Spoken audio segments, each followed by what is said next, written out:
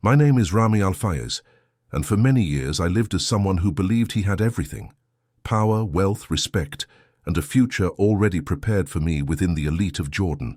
But none of that saved me when my body began to grow sick and my soul finally broke. I was hidden, isolated, forgotten, until one night of despair, a video of Charlie Kirk appeared on my screen. He spoke about Jesus with a boldness that pierced through my pride, my religion, and the walls of the room where I was confined. That was the first crack in the life I thought I understood.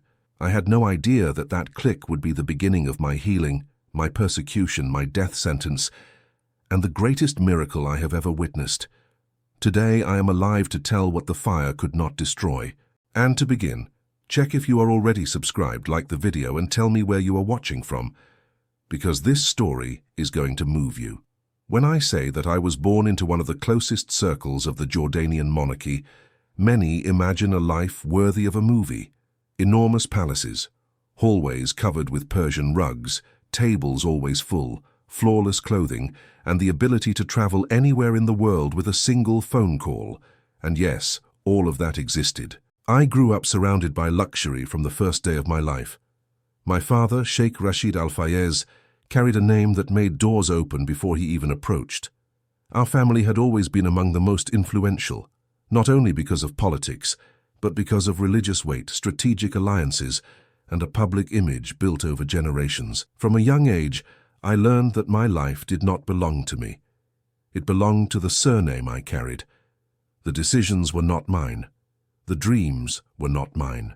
I had a path, a frame, a pre-written script, and any step outside of it was considered almost an offense. I grew up hearing phrases like, "Rami, remember who you are. Rami, your life represents the honor of the family. Rami, you have responsibilities greater than your heart." And those phrases, repeated like mantras, ended up shaping a sensitive boy into a young man who constantly calculated every word, every gesture, every breath, living in constant fear of disappointing the man whose shadow covered my life: my father. On the outside, I was the prince many envied. Designer clothes, luxury cars, international travel from a very young age.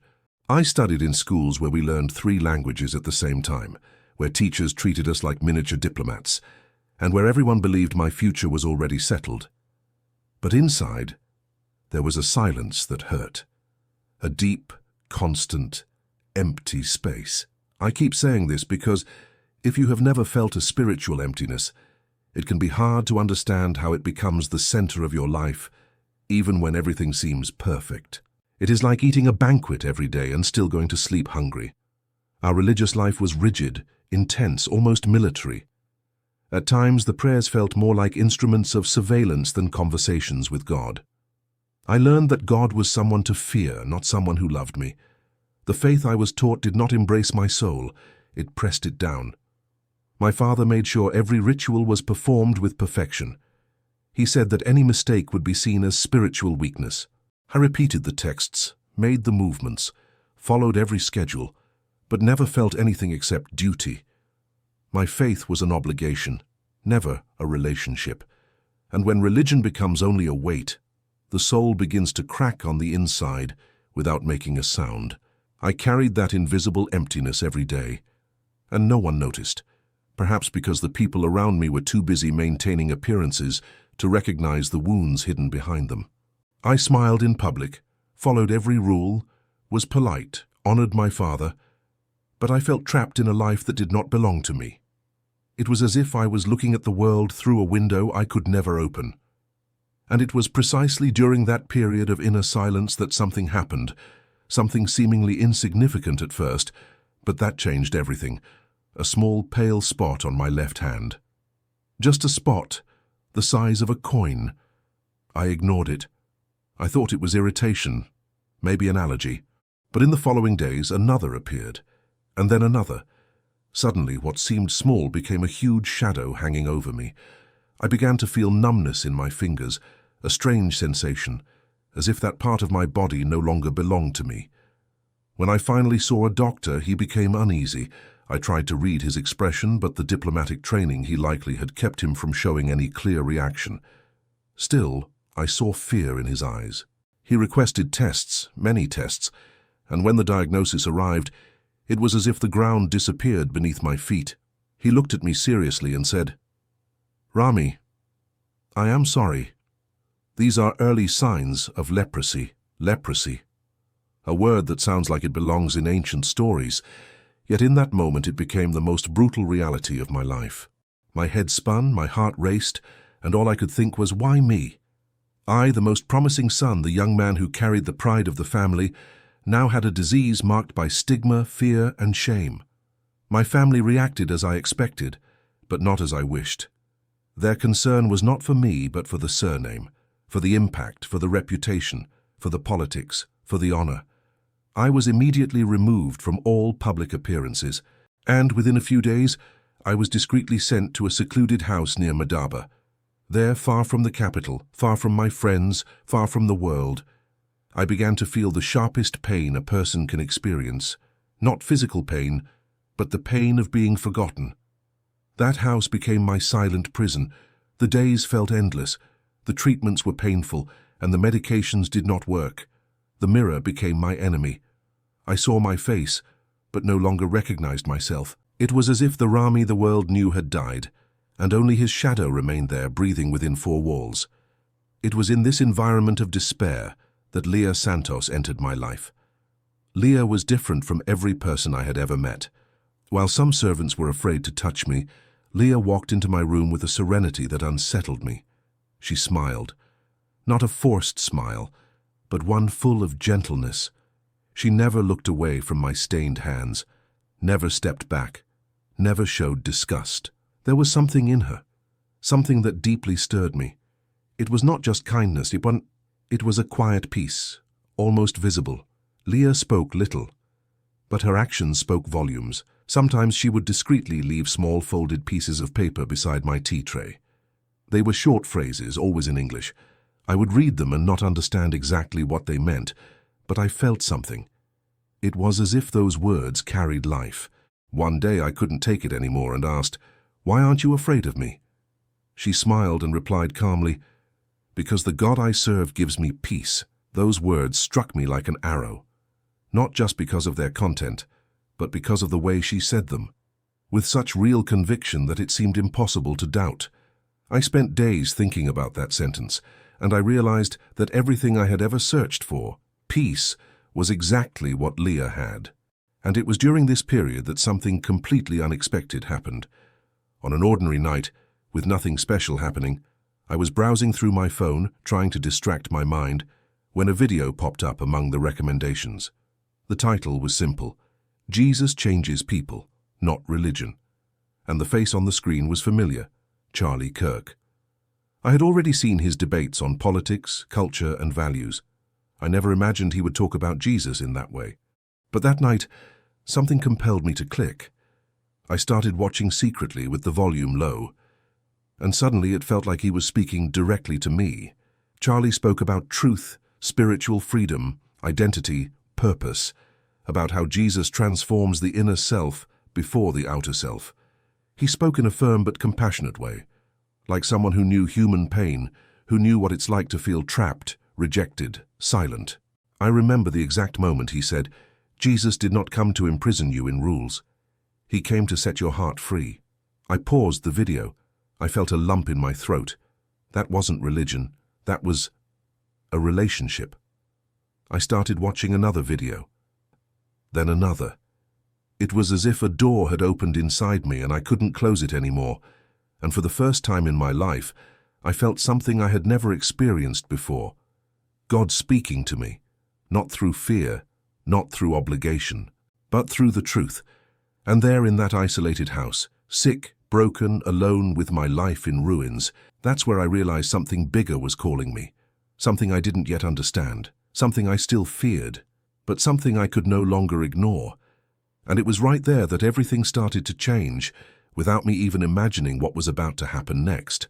I will never forget the day Leah entered my room, her hands trembling slightly, as if she were carrying something forbidden, something that could change the destiny of anyone in that country, including mine. She closed the door slowly, gave a small bow of respect, and then approached the table beside the bed. With almost maternal care, she placed a small package folded in fabric. At that moment, I felt that something different was happening. There was a heavy silence in the air, the kind that precedes life-changing revelations. She took a deep breath, looked me in the eyes, and said in a whisper that sounded like a prayer, "Don't open it now, but open it when your heart asks for answers." Then he left the room as quickly as he had entered. I stared at that small package as if it were a secret calling out to me. It took me hours to muster the courage to open it. When I finally unwrapped the fabric, my heart simply stopped for a second. It was a little New Testament. It was marked by time, with yellowed edges. It fit in the palm of my hand. So simple, it seemed almost insignificant. But there was something about it that made my chest burn. I immediately understood the risk Leah had taken to give it to me. The mere fact that an employee possessed something like that was dangerous. Giving it to a prince was unthinkable. I ran my finger along the cover, trying to understand why I was trembling. Maybe it was fear, maybe it was curiosity, or maybe it was something I didn't yet understand. A silent calling. I opened to the first page and read slowly, as if I were touching something sacred for the first time. And then I began to devour those words night after night, hidden away, sitting on the cold floor of my room, reading by the light of a small lamp. I didn't know exactly what I was looking for, but there was a hunger inside me that I had never felt before. It was as if my heart could read before my eyes, and that's when I came across a story that simply shattered everything inside me. The story of Jesus touching a man with leprosy.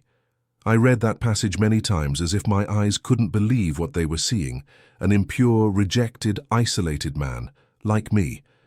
And Jesus didn't turn away from him. He didn't judge him. He didn't avoid him. He played that man, a touch that anyone else at that time would have avoided as if it were death. But Jesus felt no disgust. He did not recoil. He approached, and I cried.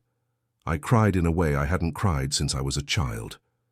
I held the book with both hands and felt as if someone was reaching places inside me that I didn't even know existed. For the first time, I realized something that completely dismantled me. Jesus wasn't afraid of my illness. I was afraid to believe that he truly wanted me. Every story I read seemed to speak to me. The rejected, the broken, the forgotten, they were the first ones he called by name. I was all of that at once. And the more I read, the more I understood. It wasn't just curiosity. It was a meeting. It was as if God was pulling a chair out in front of me and saying, "Now it's between you and me." And it was because of this new relationship that, a few nights later, I had a dream that to this day feels as if it physically happened in my room. In the dream, I was in a wide, silent place, illuminated by a soft light that seemed to come from all directions. In front of me flowed a strange river, too crystalline, too deep, too bright to be natural. The water flowed as if it had a life of its own, as if it were calling to me. And I heard a voice, not loud, not aggressive, but firm and irresistible. "Wash yourself, and you will be clean." I woke up so quickly it felt like someone had pulled me out of the dream. My whole body was sweating. My heart was pounding so hard I could barely breathe. I sat up in bed and stared at my hands, as if expecting to see something different in them. The phrase echoed in my head. I immediately remembered the story of Naaman, the commander who also had leprosy and asked the prophet for help. The story Leah had mentioned weeks before, but which I had ignored. But now, that story was alive. Live within me. That phrase wasn't just something I'd read. It was something I'd heard. I knew it wasn't an ordinary dream. It was as if God had crossed the barrier between worlds and spoken directly to me. And I, who had always been trained to control my emotions, to think rationally, to follow rules, was there trembling like a child. The next day I couldn't eat, I couldn't speak, I couldn't exist without thinking about the voice from the dream. Every time I closed my eyes, I saw that river. Every time I took a deep breath, I felt that calling inside me. I tried to ignore it, tried to distract my mind, but there was no escape. It was impossible to ignore. And then came the night when I finally understood that I needed to take a step. I knew that this step would be huge, that it would change everything, that it might even destroy my life. But I also knew there was no going back. The questions had become certainties. Curiosity had become thirst, and thirst had become necessity. I got up in the middle of the night, closed my bedroom door slowly, like someone about to do something that no one can witness. The room was dark, only a soft yellow light filtered through the curtain. I knelt on the floor, not knowing exactly what to do. I hadn't been trained for this. I didn't know any Christian prayers. I didn't know any memorized texts. I only knew one thing. I needed to talk to Jesus. My voice came out weak, almost like a sigh. Jesus, if it's really you, then listen to me. And at that moment, everything inside me opened up. All the pain, all the memories, all the fears I had hidden for years began to come out as if they had been waiting for that moment. I cried, I trembled, I bowed down, not out of humiliation, but out of liberation. I said things I had never even said to myself, and in the end, when I had no strength left, I simply whispered, "If the Lord is real, I surrender my life." What happened next? I can't explain it logically. I felt a gentle warmth spreading through my body, as if someone had placed a warm blanket over me. It wasn't fever, it wasn't fear, it was presence. A presence so strong that it made me close my eyes. It was peace, a peace I had never felt before, a peace that didn't come from rituals, didn't come from effort, didn't come from tradition. It was a living peace. It was as if someone were holding my heart with both hands and saying, "I am here." I fell asleep in that position, kneeling without realizing it, and when I woke up, the sun was already illuminating the room. I got up slowly, still somewhat dazed by the intensity of the previous night. When I looked at my hands, for a second, I thought I was imagining things, but I wasn't. The spots had changed. The color was lighter, more uniform. Some areas were completely normal. I felt my breath catch. I ran my hand over my face, my neck, my arms, and where there had been fear before, now there was hope. It wasn't a complete cure yet, but it was a start. In the following days, something began to happen as gradually as it was supernatural. Each morning revealed small changes, sometimes almost imperceptible but real. The numbness lessened, sensitivity returned. The marks that were once dark became pale. It was like watching a wound heal in slow motion. And then, weeks later, something simply impossible happened. I woke up completely healed, flawless. No pain, no numbness. With nothing. I stared at my hands for minutes, unable to believe it. I went to the mirror, touched my face, felt my own skin as if I were touching a miracle. It was as if someone had reinstalled every part of my body. I had no explanation. I had no words. I was only certain Jesus had reached me. When the doctors came to examine her, their expressions were a mixture of bewilderment and confusion. They spoke of an unlikely recovery, an unusual progression, a rare response. Leah, when she heard, smiled with tears in her eyes and said only one sentence that echoed in my soul: "I knew he would come." And on that day, I knew that nothing would ever be the same again. I began to live in hiding, but full of joy. I read the New Testament every day. I prayed silently. I sang softly when no one was around. My room, once a prison, became my secret temple. I had found a love that knew no barriers, a truth that was not afraid of my illness, and a presence that healed me from within before healing me from without. I didn't know, but that cure wouldn't be the end of my journey. This would only be the beginning. When I finally returned to the palace, after months of isolation in Madaba, part of me believed that this return would be smooth, almost festive, as my father had made it seem in the messages he sent through his assistants. But as soon as I entered through the marble doors I had always passed through as a natural heir, I realized that the atmosphere was different, charged, almost overly observant. It wasn't just a family reunion. It was like returning to the center of a stage where everyone wanted to find out what had really happened to me. The hallways seemed longer, the stairs more attentive, and no matter how hard I tried to smile, I felt the weight of hiding something that at that moment was impossible to keep buried inside me. My new faith, pure and alive, shone through me without asking permission. And it was precisely this brightness that began to bother me. My father greeted me with formal embraces, my mother with tears. My uncles praised my restored appearance, as if my skin were a trophy displayed to reaffirm family honor. And in all of them, I saw the same silent phrase, "Allah was generous to you." I wanted to say, "Jesus healed me," but the words stuck in my throat. Part of me feared the reaction. Another part felt guilty for silencing what my heart was screaming. And then came the moment I dreaded. My younger brother, Khaled. He'd always been overly observant, the kind who noticed tiny details no one else would. When he hugged me, I felt his hand lightly slide along the collar of my shirt, and before I could pull away, his gaze captured exactly what I was trying to hide, the small wooden crucifix Leah had given me, the symbol of the miracle that had transformed me forever. Khaled frowned, confused. He asked softly, almost as if testing the waters, "Is this Christian?" I tried to answer neutrally, but my voice came out trembling, betraying my fear. "It's just a gift, nothing more." But he was too intelligent to believe so easily. He didn't say anything more, but the look he gave me as he walked away was all too clear, distrust. And it was then that I realized that the palace, my place of origin, had become a spiritual minefield, where any misstep could explode a truth I didn't yet know how to handle. That night, I barely slept. The silence of the palace, which had previously brought me comfort, now seemed to breathe upon me, attentive, vigilant. And early in the morning, my greatest fear materialized. My father summoned me to his office.